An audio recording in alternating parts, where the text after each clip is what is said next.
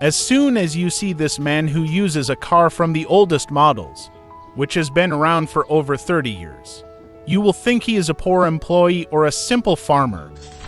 But this man is the president of Uruguay, one of the strongest and highest income countries in South America, and this is José Mujica, the poorest president in the world. José is a very simple man with a Volkswagen car from the 1980s. He governed Uruguay for 5 golden years, and his love for his people earned him the respect and admiration of the whole world. José was born in 1935 to a poor immigrant family from Spain, with a father who worked in agriculture. José lives on what he harvests and helps his father in the fields and in selling the crops. His father used to plant flowers, and José helped him sell them daily after his school hours. He left his studies while studying law and had to work more and more with the death of his father to be able to support his mother and siblings. José was imprisoned due to the corrupt government policy and began his political work early, participating in the founding of a secret armed movement called the Tupamaros Organization. This organization used to rob the rich banks and steal money, then redistribute it to the poor.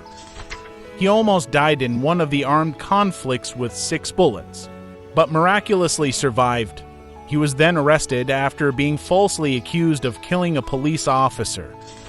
He escaped from prison twice before being captured again, and sentenced to 15 years in a maximum security prison, where he was tortured daily in a terrifying solitary confinement and spent years in a scary well, where he sat all the time in a terrifying, dark, and silent environment. He was released after 15 years, and returned to the world of politics, achieving great success by joining the House of Representatives, then the Senate, and then assuming the Ministry of Agriculture for 3 years. José became the president of the country in 2009. The entire population started to urge him to run for presidency, and he eventually did so in 2010, winning by a landslide against all his competitors. He started to achieve impressive economic success, and announced that he would receive Syrian refugees, and even declared that he would accept prisoners from Guantanamo Bay, who had been imprisoned for years without trial. Corruption levels decreased significantly during his term, reaching their lowest level in Uruguayan history. When he arrived, he received the title of poorest president in the world. He refused to move to the presidential palace and preferred to stay in his simple rural home, which was no more than 60 square meters.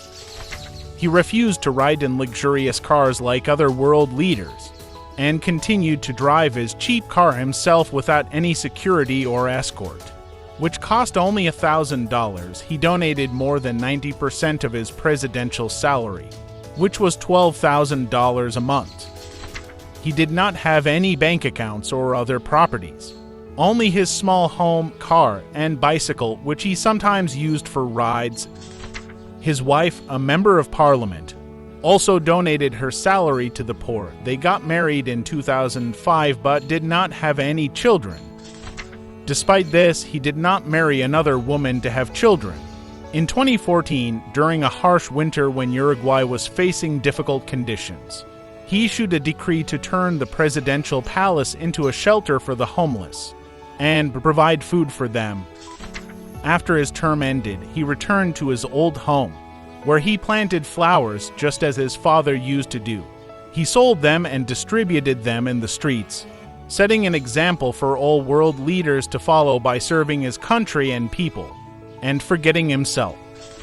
He is José Mujica, known as the people's friend by his citizens.